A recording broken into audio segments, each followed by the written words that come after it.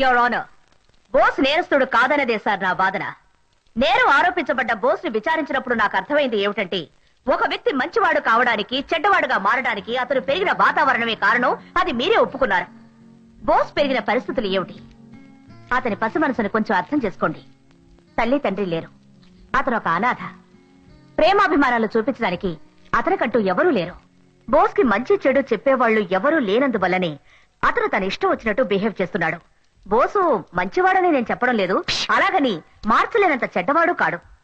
బోస్ కి కావాల్సింది అతను మారడానికి ఒక అవకాశం. ఆ అవకాశాన్ని ఇవ్వమని కోర్టు వారిని కోరుతున్నాను.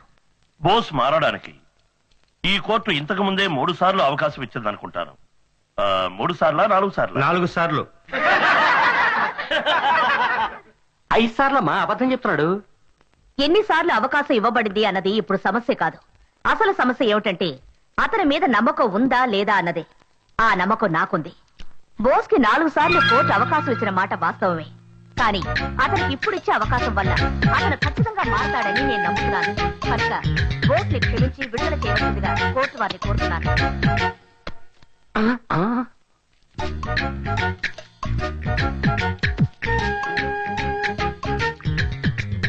మొదలెట్టాడు, నువ్వు మొదలెట్టు. అన్ని పెన్షన్ కేసులు డబ్బులుండవు. వీడు ఓకే, టెస్ట్ చేసి చూద్దాం. లెక్కడు ఎంత ఒకటి పేపర్ లిస్టింగ్ గాడిలో ఉన్నా. మీ పర్సా? Thank you sir. ఉన్న డబ్బంతా ఆమదం కొనే తలకి పట్టించావా?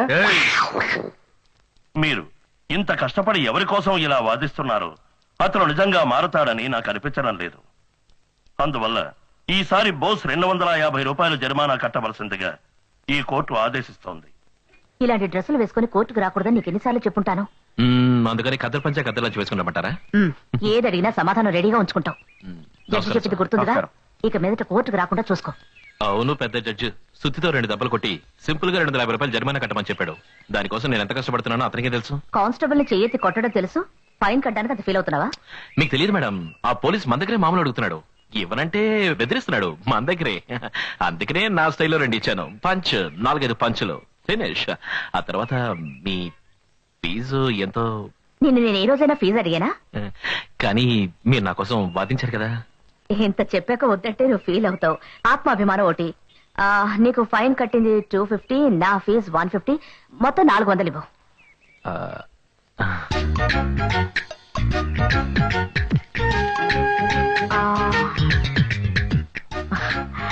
థ్యాంక్స్. బోస్, ఇక మీదట తగాదాలు గొడవలు వదిలేసి మంచివాడిగా మారిపో. నేనా? నువ్వు తలుచుకుంటే చేయగలవు. బాయ్. ఏంటి బోసు ఆవిడేదో ఆత్మాభిమానం అది ఇది అంటోంది? కాజేసిన పర్సు ఖాళీ అయింది, దాని పేరే ఆత్మాభిమానం అనుకుంటా. ఓహో, ఆదాయం పోతే దాని పేరు ఆత్మాభిమానమా? ఆ మేడం వాదించిన దానికి 200 ఇచ్చుండొచ్చా? చిచి, అది కూడా ఎక్కువ. 100 రూపాయలు ఇస్తే హ్యాపీగా తీసుకెళ్ళిపోయేది. మనం కొట్టేసి ఆడు కొట్టేసింది కదా. వదిలేంద్రా, పూలందేవి దగ్గర 30,000 కొట్టేశారు. మన దగ్గర ఉన్నాయి బిస్కెట్లు. థ్యాంక్స్, వస్తాం. మళ్ళీ కలుద్దాం. యువర్ ఆనర్, నా క్లయింట్ అయిన బోసు నిజంగా నిరపరాధి. సమయం సందర్భమే ఏ వ్యక్తిని నా నేరస్తుని చేస్తాయి. అవే బోసును కూడా నేరస్తుని చేసే. ఏంటా సమయం తెలీదా? సిగరెట్ తాగే సమయంలోనే బోస్ టెన్షన్ అవుతాడు. దానికి ఎందుకు టెన్షన్? సిగరెట్ దొరికి ఆపు దొరకపోతే బోసు లాంటి వాడికి టెన్షన్ రాదా ఏంటి? సరే, ఆపు దొరికితే? సిగరెట్ ఆపు దొరికాక ఫిగర్ దొరకపోతే ఇంకా టెన్షన్ కదరా. ఏదో సరదా జోకేసాను రోయ్, సీరియస్ గా తీసుకోకు. కానీ నిజంగా ఈ రోజు పద్మిని మేడం వాదనకి పడిపోయి ఆమె దగ్గర కొట్టేసిన డబ్బు ఆమెకే తిరిగి ఇచ్చాడు. ఏమంటారా? ఆ మేడం తీసుకుంటారని అనుకోలేదురా. కానీ సూపర్ గా ఆర్గ్యూ చేసింది కదా. ఏరా, ఆర్గ్యుమెంట్ మాత్రమేనా సూపర్, అందం కూడా సూపరేరా. ఏం ఫిగర్ గురు. ఎవరికి ఎంత తీసుకుంటుంది? ఏరా, చెక్ తీసుకుంటుందా క్యాషా? వదిలితే క్రెడిట్ కార్డులో పే చేసేట్టున్నావు. ఎందుకు అడుగుతున్నావు? లేదురా, ఆర్గ్యుమెంట్ కి అడిగాను. అలాంటి విషయాలు మనకు తెలియదురా. రే బోస్, ఆర్గ్యుమెంట్ కి డబ్బు మాత్రం ఇస్తున్నావా లేదా మీ ఇద్దరి మధ్య ఏదైనా?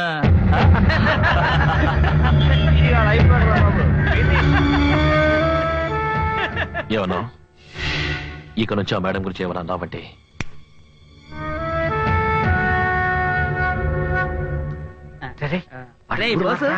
నాకు డౌట్, మీ అన్న నీతో ఎందుకుంటలేదురా? ఎందుకు మీ అమ్మ మీ నాన్నతో ఉండడం లేదు? వీడికి ఇది కావాల్సిందేరా. ఇలారా, ఎంత మిగిలింది నువ్వు ఉంచుకో. కదా, మళ్ళీ బోస్ మూడ్లోకి వచ్చా అడగాల్సిందే. ఏం కావాలి నీకు? మా అందరికి కూల్ డ్రింక్ కావాలి, పోయిస్తావా? నవ్వేశాడు. మా అందరికీ ముందు కావాలి, పోయిస్తావా? ఓకే. బోసు రేపు ఖర్చుకి డబ్బులు లేవు గురు. ఎక్కడైనా కొట్టేయచ్చుగా. ఇక్కడ ఎవరి జేబుల్లోనూ పర్సులు లేవే. కొంచెం చూడు. Hello, how are you?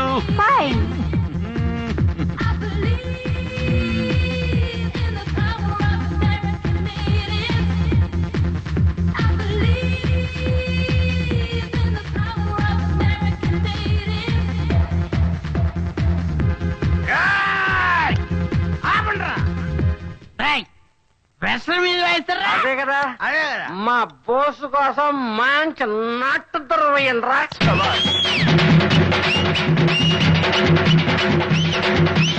మహాజన్లారా, మీకు ఆశ్చర్యాన్ని కలిగించే అద్భుతమైన సాహసాన్ని ఇప్పుడు చూడబోతున్నారు. ఒక చిన్న అగ్గిపుల్ల మన వేలికి తగిలితేనే మనం విలవిల్లాడిపోతాం. కానీ ఈ యువకుడు ఇప్పుడు మన ముందే తన ఒంటికి నిప్పంటించుకుని అంత ఎత్తు నుంచి దూకి మిమ్మల్ని ఆశ్చర్యంలో ముచ్చెత్తబోతున్నాడు. అయ్యో పాపం చిన్న కుర్రాన్ని పండించుకుంటున్నాడే. అవునవును, 60 ఏళ్ళు వచ్చి వేస్ట్ గా ఉన్నారు. వీళ్ళకి పెట్టాలి నిప్పు. నీ పెళ్ళానికి పెట్టరా నిప్పేదో. ఏ నీ కూతురు నీకు చెయ్యి, నీకు పెడతా. నన్ను దాన్ని చేస్తారా?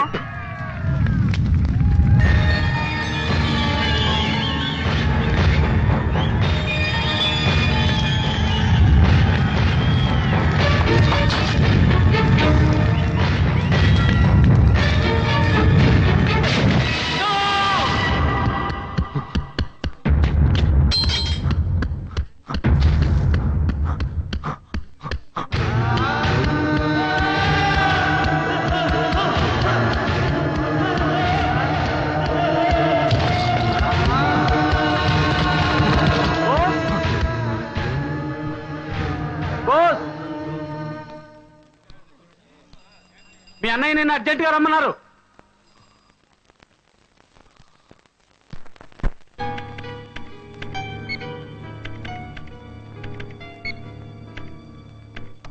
ఎంత 40,000 అండి. ప్రతిసారి చెప్పి పంపితేనే డబ్బు తీసుకొస్తావా? ఇంకెప్పుడు అలా జరగదండి. లెక్క చూసి చెప్తాను అందరికి. అలాగే సార్. వేణు, 40,000 లెక్క చూసుకో.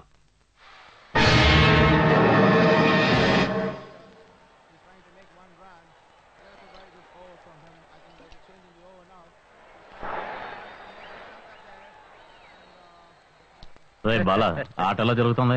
మన కుర్రాళ్ళు గెలుస్తారా? గెలుస్తారు. వాడు శంకర్ కదా, భలే కొడుతున్నాడే. కొట్టడమా, అదరు కొట్టేస్తున్నాడు. పోయినసారి బెంగళూరు టీం ని తుక్కు రేగొట్టేశాడు కదా. తర్వాత మ్యాచ్ ఎవరితో ఆడుతున్నాడు? జిమ్ఖానా క్లబ్ వాళ్ళతో. నువ్వు పంచి ఆ జింకానా క్లబ్ మీద 1 లక్ష రూపాయలు పందెం కట్టు. తర్వాత ఆ ప్లేయర్ బ్యాట్స్మెన్ శంకర్ కి ఒక లెటర్ రాయి.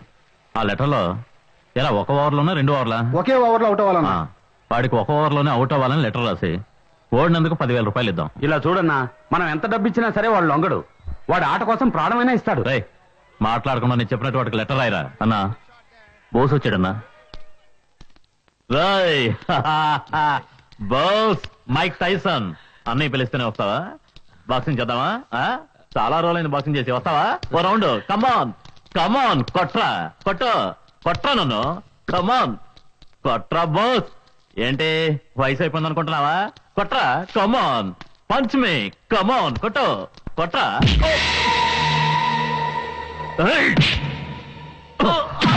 బోస్ మీద చెయ్యొస్తావా?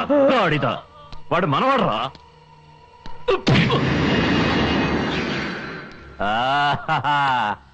నీ బాక్సింగ్ స్టైల్ బాగుంది బాస్. లైఫ్ లో నన్ను ఎవడేలా కొట్టలేదు తెలుసా? సుబ్రాజ్ వాడు చిన్నపిల్లాడు. వీడి చిన్నపిల్లాడా?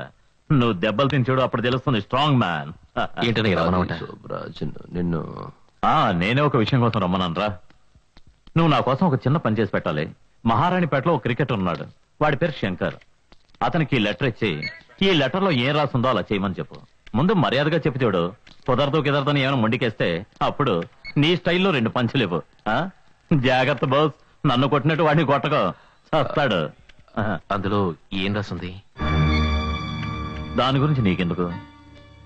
ఇది అతనికి ఇవ్వాలి కదా, అందుకని ఏం రాసిందో తెలుసుకోవాలని.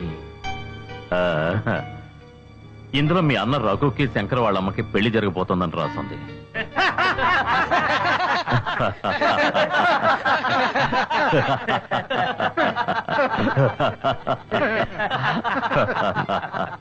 నీకు ఈ పని చేయడం ఇష్టమా లేదా?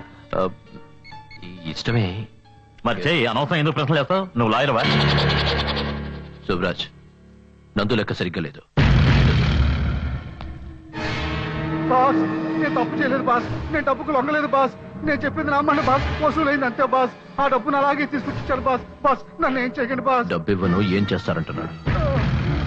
ఏరా పనికి మాలి నా కొడక, ఈ శోభరాజ్ దగ్గర నీ తెలివి చూపిస్తున్నావా? చెప్పండి బాస్. ఏయ్!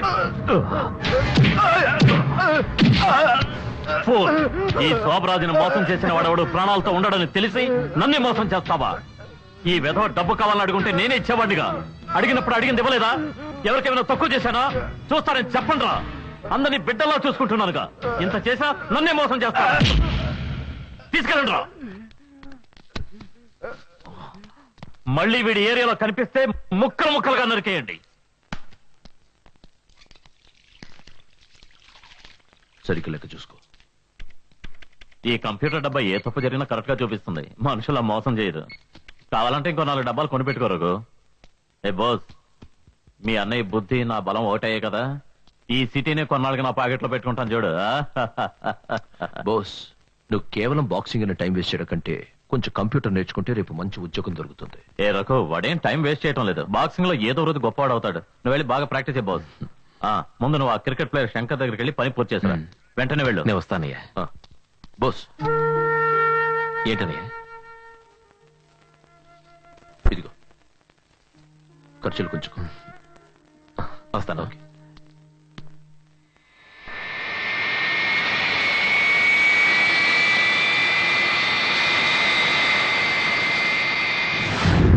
మగధీరా నన్నే చేకొనరా, నాపైతో ఎగరవేయు సమయమేదిరా.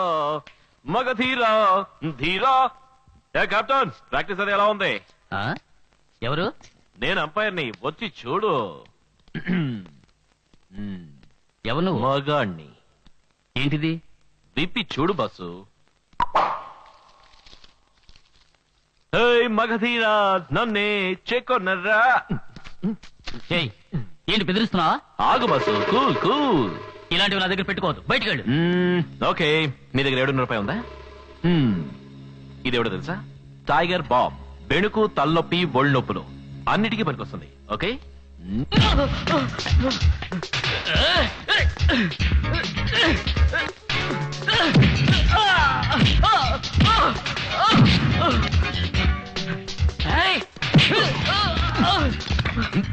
ఓ సారీ బాస్. ఒప్పుకో బాస్.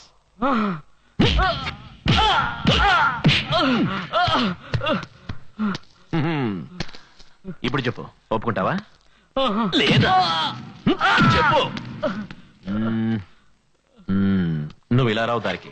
ఇలా చూడు, క్రికెట్ ఎలా ఆడాలో నేను నేర్పిస్తాను. చూడు.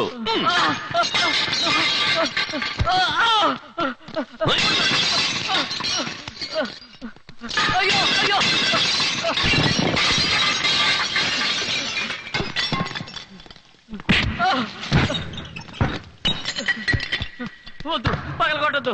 ఒప్పుకుంటాను. All out for no loss. ఈ ఏడుపు ముందే ఆడవచ్చుగా. ఇప్పుడు ఈ టైగర్ బాబు నీకు అవసరం. ఫ్రీ.